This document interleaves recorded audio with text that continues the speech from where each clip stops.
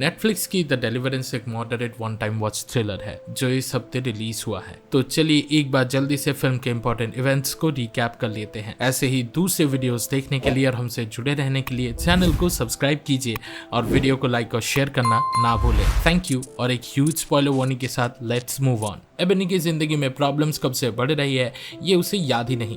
जब वो अपने 3 बच्चों और अपनी माँ के साथ पिट्सबर्ग मूव करती है तो लगता है उसके फाइनेंसेस पहले से भी बुरे हाल में हैं। एबनी और उसकी माँ अल्बर्टा के बीच का रिलेशनशिप अनरिजॉल्व्ड इश्यूज से भरा है, लेकिन उनके बीच इन बिटर शब्दों के बावजूद दोनों के दिल में एक दूसरे के लिए बेशुमार प्यार है। उनके नए घर में कुछ तो गलत है और ये बच्चों के लिए बिल्कुल सेफ जगह नहीं है। अगर हमने पॉप कल्चर से कुछ सीखा है तो घर में डेथ का स्मेल होना, क्रीपी बेसमेंट में एक मरा हुआ बिल्ली का प्रेजेंस जो फ्लाइज को अट्रैक्ट कर रहा है और छोटे बच्चे आंद्रे का इमेजिनरी दोस्त ट्री से बात करना, ये सब डेमोनिक प्रेजेंस के सबूत लगते हैं। एबनी शायद इन सब चीजों को जल्दी एड्रेस कर पाती अगर वो अपनी ब्लैक वुमन, सिंगल मॉम और अल्कोहलिक होने के स्ट्रगल्स में उलझी ना होती। उसके अंदर के डीमंस तब नजर आते हैं जब वो अपना कूल लूज करके बच्चों पर हाथ उठाती है, लेकिन वो अपने बच्चों को फियर्सली प्रोटेक्ट और प्यार भी करती है, इतनी ज्यादा कि वो नेट के बुली को जिंदगी भर याद रखने वाली कुटाई भी करती है। लेकिन घर में जो अजीब एक्टिविटीज बढ़ रही है उनकी वजह से एबनी अपनी जिंदगी से कंट्रोल खो देती है।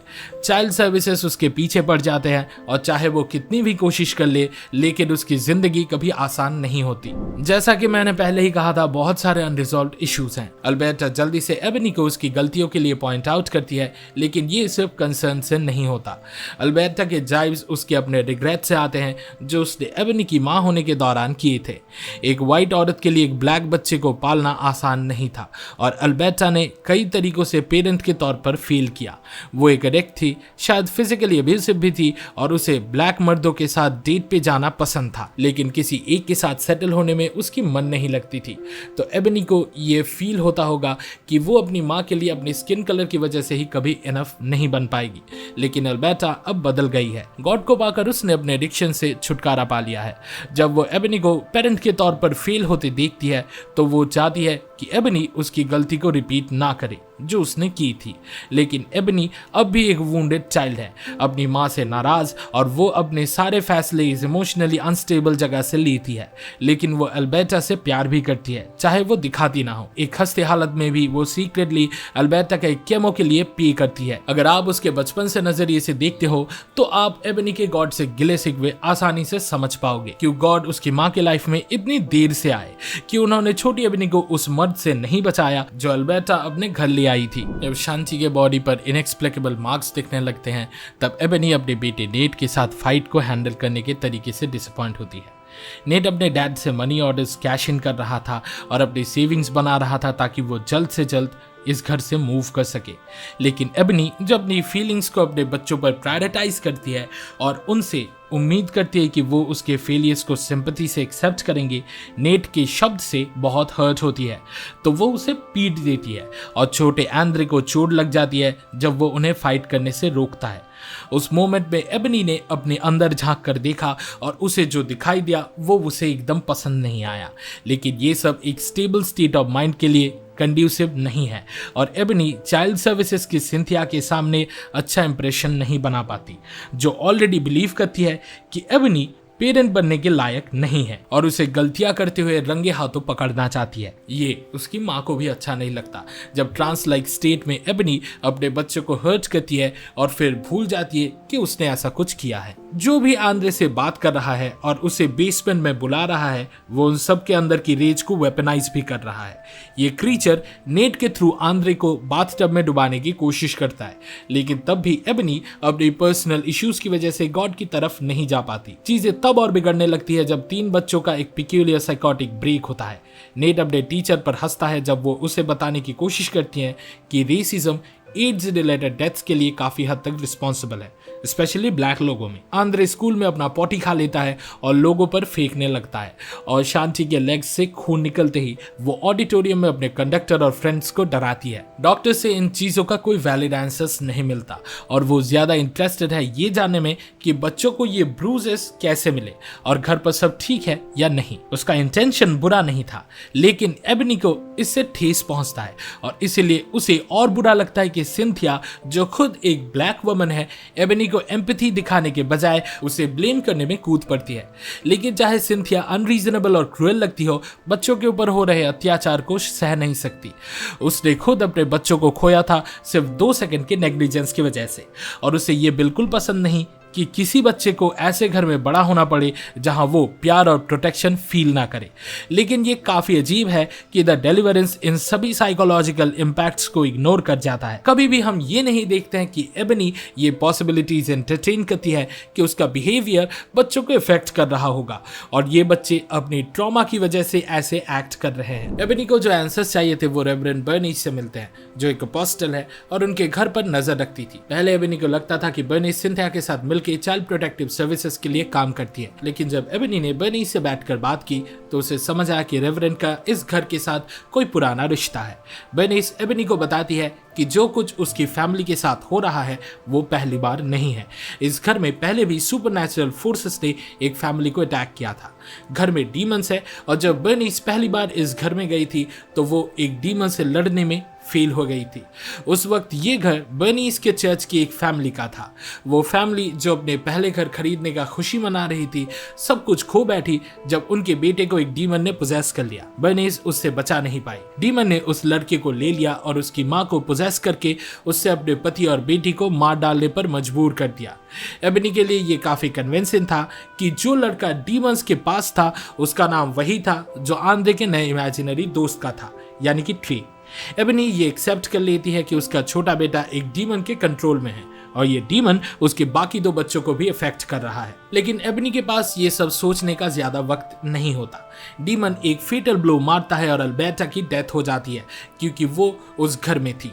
जब एबनी अपने बच्चों के साथ भागने की कोशिश करती है और ऑलमोस्ट एक एक्सीडेंट में फंस जाती है, उसकी ब्लड वर्क में अल्कोहल के ट्रेसेस मिलते हैं और उसका नतीजा ये होता है कि स्टेट उसके बच्चों को ले जाती है। लेकिन एक अच्छी बात ये होती है कि एक पोजेस्ड आंद्रे को हॉस्पिटल में रखा जाता है ऑब्जर्वेशन के लिए और सिंथिया उसे दीवार पर चलते हुए देख लेती है। ये काफी होता है सिंथिया को ये बिलीव करने के लिए कि एबनी उससे झूठ नहीं बोल रही थी जब उसने कहा था कि उसकी फैमिली पर डार्क फोर्सेस का अटैक हो रहा है। बर्नी सी एकमात्र इंसान होती है जिसे एबनी मदद मांग सकती थी। उसकी माँ भी अब नहीं रही जो उसे सही रास्ता दिखाए। तो सब कुछ अल्टीमेटली एबनी के फेथ पर आता है। अपनी जिंदगी में एबनी ने सिर्फ ट्रांजैक्शनल डायनामिक्स देखी थी। किसी ने उसे बिना शर्तों के कभी प्यार नहीं किया था, इसीलिए उसके दिमाग में ये बात कभी नहीं आई कि गॉड उसे बिना किसी चीज के अगेंस्ट प्यार कर सकते हैं। और अब जब उसने इतना कुछ खो दिया है, उसकी स्ट्रेंथ भी खत्म हो रही है। इतनी बड़ी मुसीबत के सामने एबनी अपने आप को पहली बार गॉड के लिए समर्पित करती है और बर्निस उसका साथ देती है। बर्निस चाहती है कि वो आंद्रे पर एक डिलीवरेंस परफॉर्म करे। एक्सोर्सिज्म से अलग बर्निस का प्रोसेस सिर्फ उसके फेथ से पावर ड्रॉ करता है, होली स्क्रिप्चर से नहीं। लेकिन इसके लिए उन्हें पहले आंद्रे को वापस उस जगह ले जाना होगा जहां सब कुछ शुरू हुआ था। एबनी एक नर्स का डिस्गाइज पहनती है और आंद्रे को हॉस्पिटल से घर ले आती है। जैसे ही एबनी को डीमन के मैनिपुलेटिव वर्ड्स और एक्शन से बचने की वार्निंग मिलती है, डीमन एक डेमोनिक अल्बर्टा के रूप ले लेता है। एबनी के लिए यह आसान नहीं होता कि वो अल्बर्टा के थ्रू डीमन के बोल रहे शब्द सुन सके, पर एबनी पेन के सामने टूट नहीं जाती और जब तक बर्निस अपनी पूरी स्ट्रेंथ से होल्ड कर रही थी, वो डीमन का सामना नहीं कर पाती। घर में जो ईविल था वो उससे काफी ज्यादा स्ट्रॉन्ग था। बर्निस को मारने के बाद डीमन अपनी गेम को और भी इंटेंस कर देता है ताकि एबनी की स्पिरिट को पूरी तरह से वो डिस्ट्रॉय कर सके।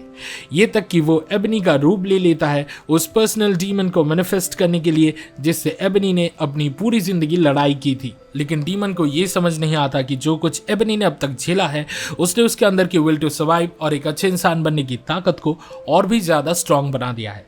जब डीमन उसकी इनसिक्योरिटीज को उसके खिलाफ यूज करने की कोशिश करता है और उससे बोलता है कि उसकी माँ ने उससे कभी प्यार नहीं किया, एबनी पहली बार अपनी माँ के प्यार को एक्सेप्ट करती है।